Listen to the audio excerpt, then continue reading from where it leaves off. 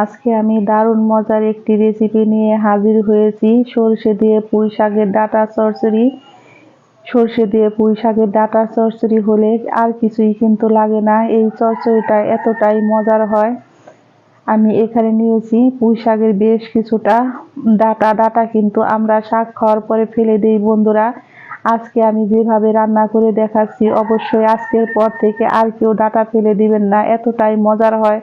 এইভাবে রান্না করলে পরিবারের সকলেই কিন্তু তৃপ্তি করে খাবে, এতটাই মজার। এখানে নিয়েছি আমি 2টা আলু মিডিয়াম সাইজের টুকরো করে নিয়েছি, লম্বা লম্বা করে। আর নিয়েছি আমি 1 চামচ পরিমাণে সর্ষেটাকে কিন্তু আমি ধুয়ে ভিজিয়ে রেখেছিলাম আধা ঘন্টা।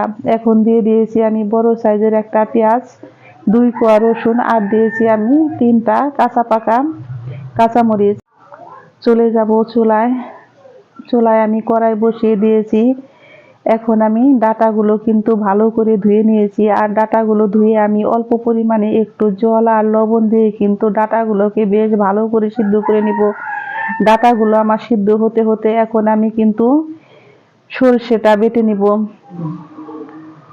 আপনারা চাইলে কিন্তু ব্লেন্ডারে ব্লেন্ড করতে পারেন, আমি শিলপাটায় বেটে নিব। চলে যাব আবার চুলায় আমি কড়াই বসিয়ে দিয়েছি। আমি দিয়েছি বেশ কিছুটা পরিমাণে সরিষার তেল। ফোড়ন দিয়েছি আমি একটা শুকনো লঙ্কাকে অর্ধেক করে, আর হাফ চামচ গোটা জিরে। ফোড়নটা আমি রেডি করে নিয়ে আলুটাকে কিন্তু বেশ ভালো করে লবণ আর হলুদ দিয়ে আমি ভেজে নিয়েছি, কারণ আলুটাকে খুব লাল লাল করে ভাজতে হবে। এখন আমি দিয়ে দিব বেটে রাখা মশলা। আমি এখন এক এক করে দিয়ে দিব সমস্ত মশলা। এর মধ্যে দিয়ে দিব আমি হাফ চামচ পরিমাণে মশলা। এর মধ্যে আছে আমার হলুদের গুঁড়া, মরিচের গুঁড়া, ধনিয়ার গুঁড়া, আমার মিশিয়ে ভাঙানো একসাথে। আমি সরষেটা দিয়ে কিন্তু এখন বেশ ভালো করে 3 থেকে 4 মিনিট ভেজে নিব। সরষেটাকে অবশ্যই এইরকম করে ভাজতে হবে, তাহলে দেখবেন যে সরষে থেকে সুন্দর একটা সেন্ট আসে। তখন বুঝতে হবে যে সরষেটা বাটা আমার একদম পারফেক্ট ভাবে হয়ে গেছে। এখন আমি দিয়ে দিব অল্প পরিমাণে একটু জলটা দিয়েও কিন্তু আমি 2 থেকে 3 মিনিট এইরকম ভাবে কষিয়ে নিব।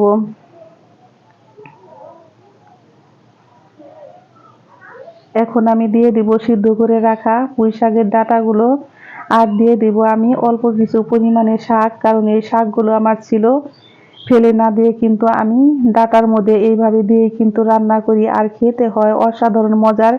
একবার হলো বাসায় আপনারা এই ডাঁটা চচ্চড়ি খেয়ে দেখবেন, একদিন তৈরি করে খেলে আপনারা কিন্তু প্রতিদিনই খেতে চাইবেন, এতটাই মজার হয়। আমি এখন পুঁই শাক আর ডাঁটা দিয়ে কিন্তু বেশ ভালো করে কষিয়ে নিব। আমার এই রান্নার রেসিপি যদি বন্ধুরা ভালো লেগে থাকে তাহলে একটা লাইক করবেন, কমেন্ট করবেন, এবং যারা আমার নতুন বন্ধু আছেন তারা আমাকে একটা সাবস্ক্রাইব করতে ভুলবেন না। আমার নতুন এবং পুরাতন সকল বন্ধুকে জানাই আমি অসংখ্য অসংখ্য ধন্যবাদ। আমি এইভাবে করে কিন্তু কষিয়ে নিব 4 থেকে 5 মিনিট। আমি এখন এর মধ্যে দিয়ে দিব 1 চা চামচ পরিমাণে চিনিটা বন্ধুরা অবশ্যই দিবেন, কারণ সরষে দিয়ে পুঁই শাকের ডাঁটা চচ্চড়িতে একটু মিষ্টি মিষ্টি হলে খেতে কিন্তু অসাধারণ মজার হয়। আর চিনিটা দিলে কিন্তু গ্যাস ফর্ম করে না, অবশ্যই চিনিটা দিবেন। এখন আমি দিয়েছি খুবই অল্প পরিমাণে একটু জল। এখন আমি ঢেকে রান্না করে নিব 4 থেকে 5 মিনিট। সরষে দিয়ে ডাঁটা চচ্চড়ি দেখতে যেমন সুন্দর হয়েছে, খেতেও হয়েছে কিন্তু দারুণ মজার। আমি কিন্তু মাঝে মাঝে এইভাবে রান্না করে খাই। এই তরকারি হলে কিন্তু আর অন্য কোনো কিছুর প্রয়োজন হয় না, এতটাই মজার হয়। আমি এখন দিয়ে দিব 2টা কাঁচামরিচ, মাঝখান থেকে একটু হাত দিয়ে ভেঙে। আপনারা ঝালটা আপনাদের পছন্দ অনুযায়ী খাবেন। আমার পুঁই শাকের ডাঁটা চচ্চড়ি কিন্তু প্রায় রেডি হয়ে গেছে। আলুটা আমার নরম হয়ে গেছে, আর ডাঁটাটাও কিন্তু আমার নরম হয়ে গেছে। এইরকম করে আমি রান্না করে চুলায় থেকে নামিয়ে নিব।